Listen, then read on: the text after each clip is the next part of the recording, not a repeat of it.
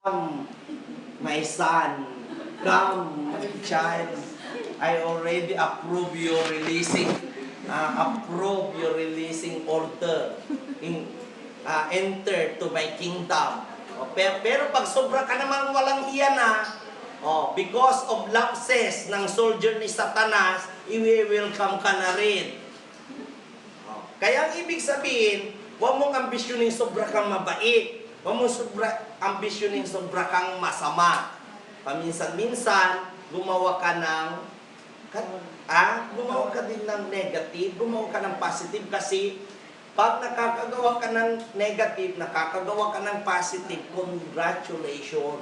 Because yourself is considered a human highest creation by God. You are the highest. Kasi nakalagay doon in nature at in the religious implication, ang tao mayroong highest intellectual capability na makagawa ng mali, makagawa ng maganda. And that is normal.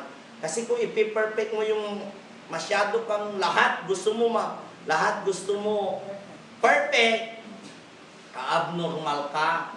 Kasi ang perfect lang dito sa mundo ang Diyos. Kaya huwag mong ambisyonin kailanman hindi mangyayari dito sa mundo na may perfect. Almost perfect mayroon pa. Pero yung almost perfect na yan, it means you are belong to special education situation. Kaya kung masyado kang materialistic, kaya nga pag ang sapatos mo ay 10 pares, abnormal ka na niyan.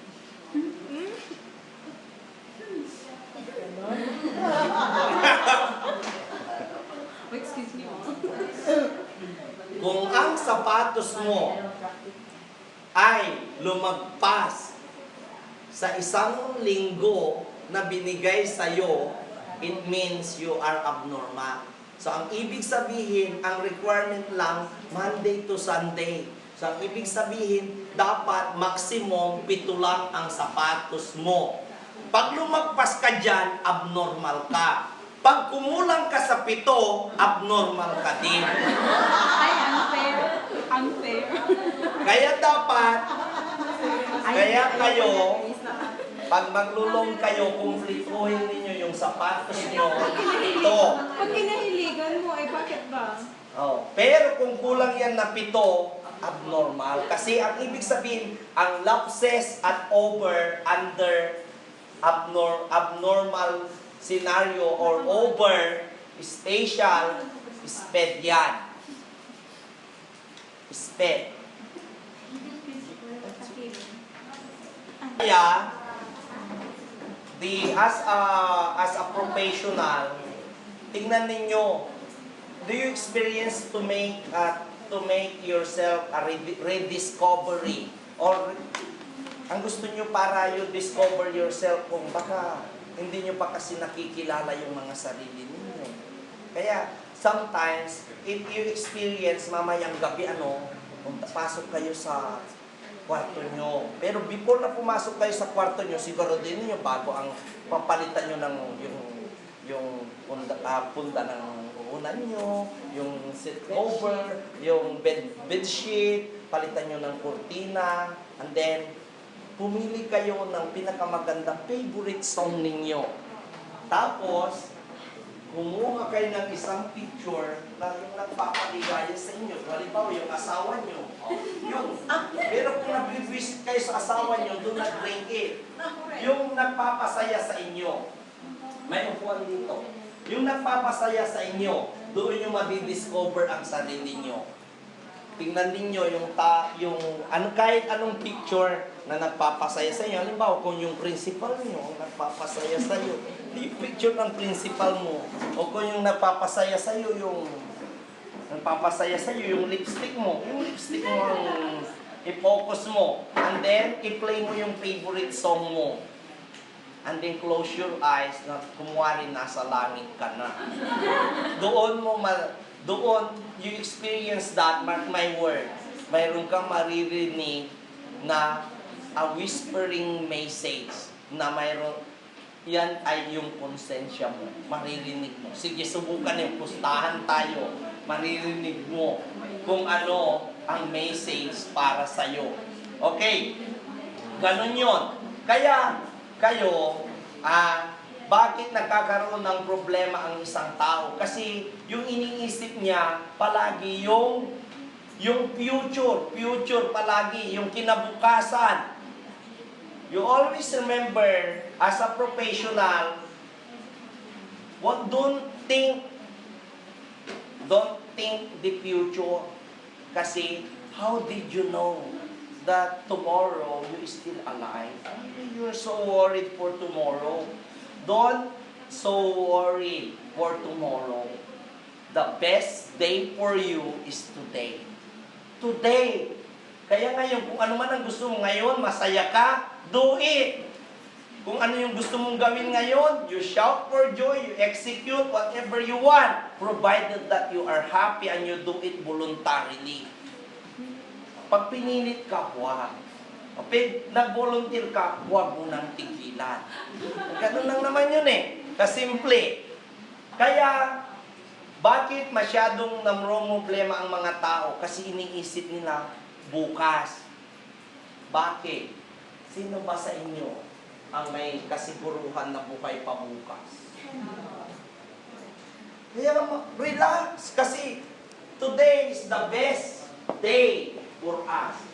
Relax. Huwag mong isipin yung nangyari kahapon. Kasi either you like it or else, hindi mo na yan maibabalik. Kaya kung yesterday, nagkamali ka, huwag ka na makonsensya. Ang gawin mo today, you make a make-up. Yesterday, serve as your what? It is serve as your guide to do whatever it is today. Ano man ang nangyari last yesterday, partiyan ng buhay. Kasi, sino ba sa atin naman dito ang hindi nakakagawa ng mali, kasalanan? Wala naman. Kung may magsasabi ngayon, idodonate ko ng damit mo dahil kukunin ka na ni Lord. Kung sasabihin mo ngayon, ay wala kang kasalanan. Pero kung sasabihin mo wala kang kasalanan, hindi ka nagkakamali, abnormal ka, sped ka, at ang pinakamahalaga dyan, you have no chance to see God.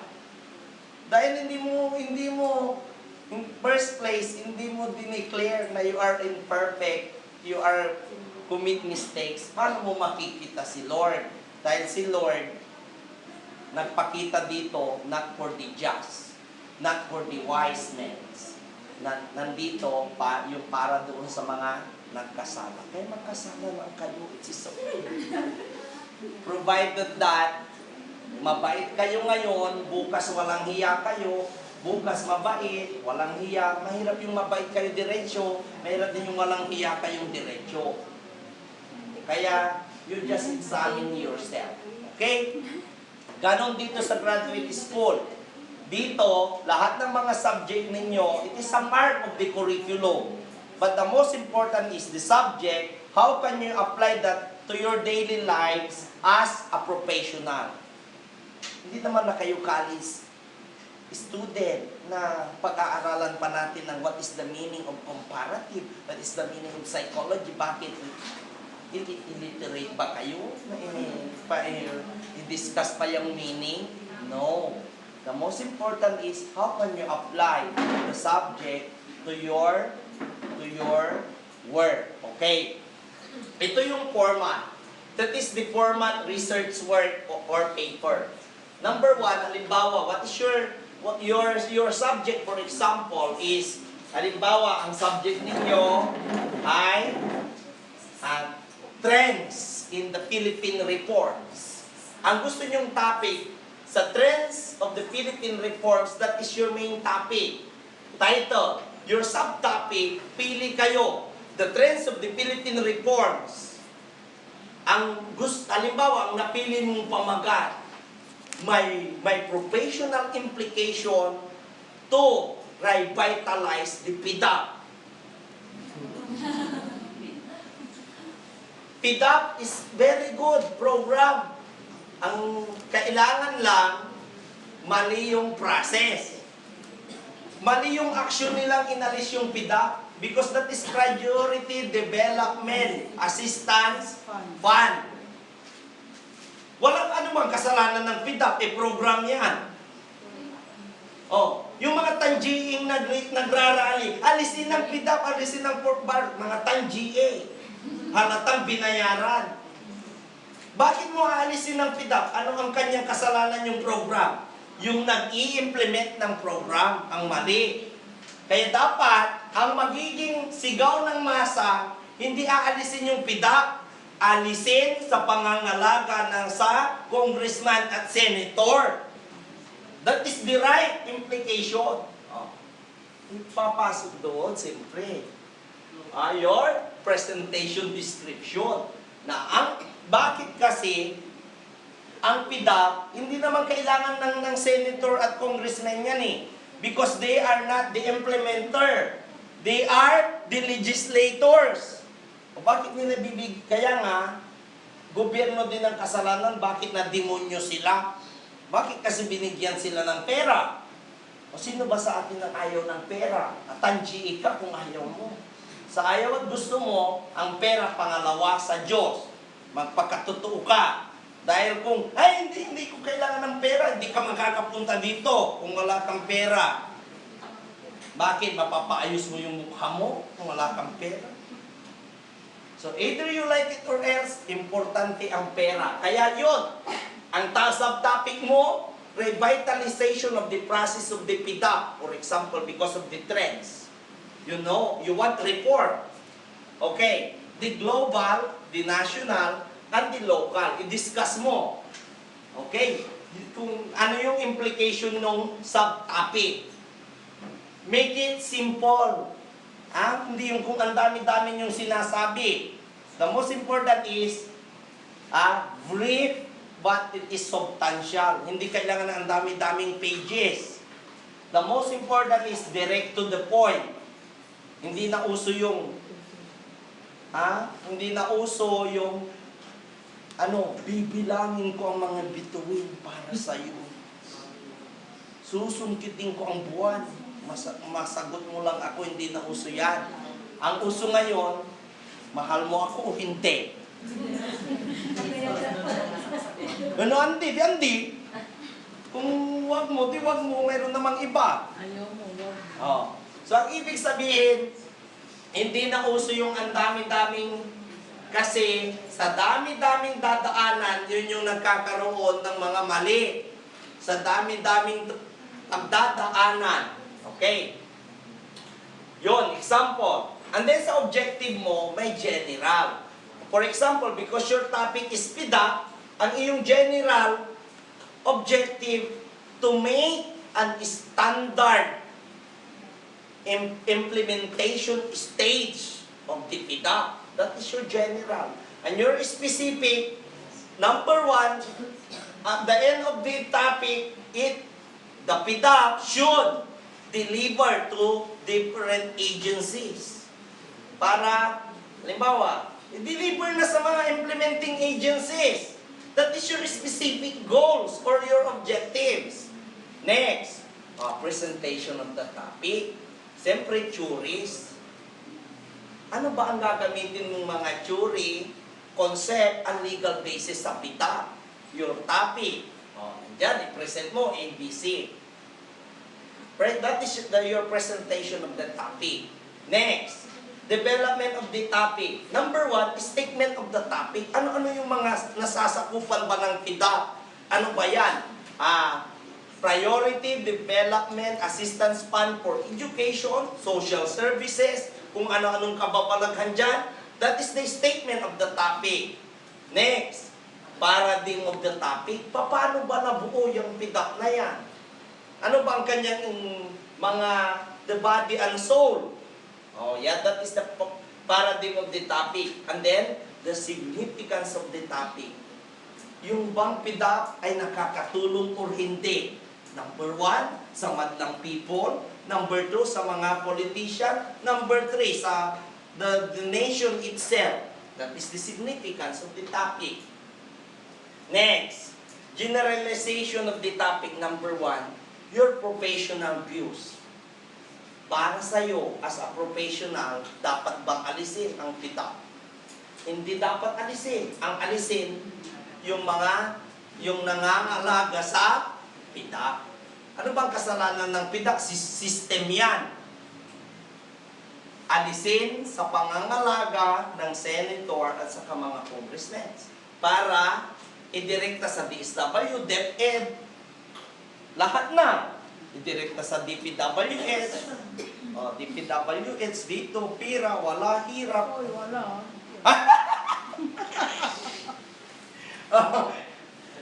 Ibigay sa BIR, ano yan, bigay ikaw regalo, para kami maging Bureau of Internal Remedyo, kwanto. Or COA, komisyon or audit, kwanto. So joke lang ang mga yon. Pero, mas magaganda kung i-direkta sa implementing agency. Dahil, mas madaling matrace. Halimbawa, DepEd, DSWD. Kung pumalpak, di iisa ang babarilin sa Plaza Miranda. So ganon. What is your unlocking of difficulties? Ano yung mga term? Ano yung mga ginamit na hindi common? O ano yung dapat mong gawin na hindi common sa lahat? You discuss here. Halimbawa, sa PIDAP, it must a punto vista reforma. Halimbawa, siyempre ibibig ano yung punto vista. Ganon. And then, professional purpose.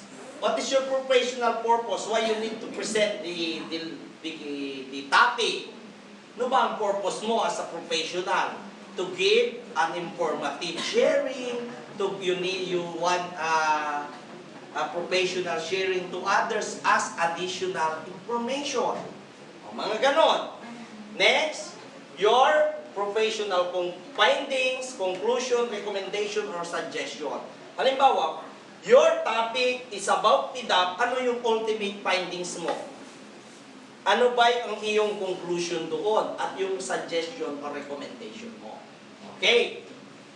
Siyempre, lahat naman ng ilalagay mo hindi galing sa'yo. Mayroon kang pinagkunan na literature, international or national, or may pinagkunan kang studies na international or national. I-cite mo. Kasi hindi lahat naman ng sinabi mo ay galing sa'yo para hindi ka ma-charge. Kumopya, i-acknowledge mo yung source. Okay, that is the related references of the topic. I-acknowledge mo yung mga pinanggalingan. Sabihin mo kung ano yung contribution regarding of the topic. Next, evaluation of the topic. Halimbawa, feeling mo yung gagawa ka ng objective type para mayroon namang kabuluhan or examination of conscience or situational, maglalagay ka. Halimbawa, ang question mo, if you are a congressman or senator, are you in favor to abolish PIDAP? Yes? And why? Ganon, di ba? Exciting? Okay. And then, final message. Para kayong speaker nito. It's your final message. You always remember this. Gagawin nyo ito para kayong you give a state of the nation address. I pattern this, the format of this. Dapat. Pero ito hindi sinusunod eh. Dapat ganito yung state of the nation address. Pero, kaya tinitrain ko na kayo, malay nyo. 10 years o 20 years from now, you are the President of the Republic of the Philippines. At least, alam ninyong gagawin yung how to deliver your State of the Nation address. Katulad, look at the State of the Nation address of our President. Maraming critics. Kasi hindi niya sinusunod. If susundin niya yung pattern, walang magkikritik. Kasi standard. Pero ang problema, yung mga gumagawa, mahirap kasi talagang sobrang matalino. Okay, ayaw nila yung i-pattern sa format. Okay, Ganon. And then your final message, ano ba ang yung pinresent ninyong topic, ano ba ang maibibigay? It is makakatulong ba as a professional, as a teacher, as a mother, as a person?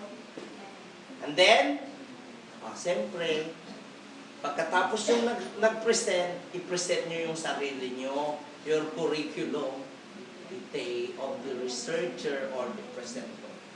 Ganun lang kasimple.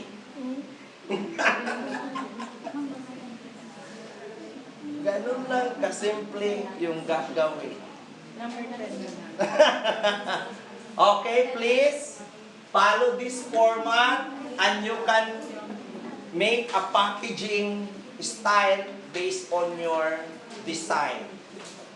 Okay? Yung lahat yung mga nanditong leader, mayroon na kayong kopya. Okay? So, titingnan natin yung schedule para alam na ninyo yung mga pag-report ninyo.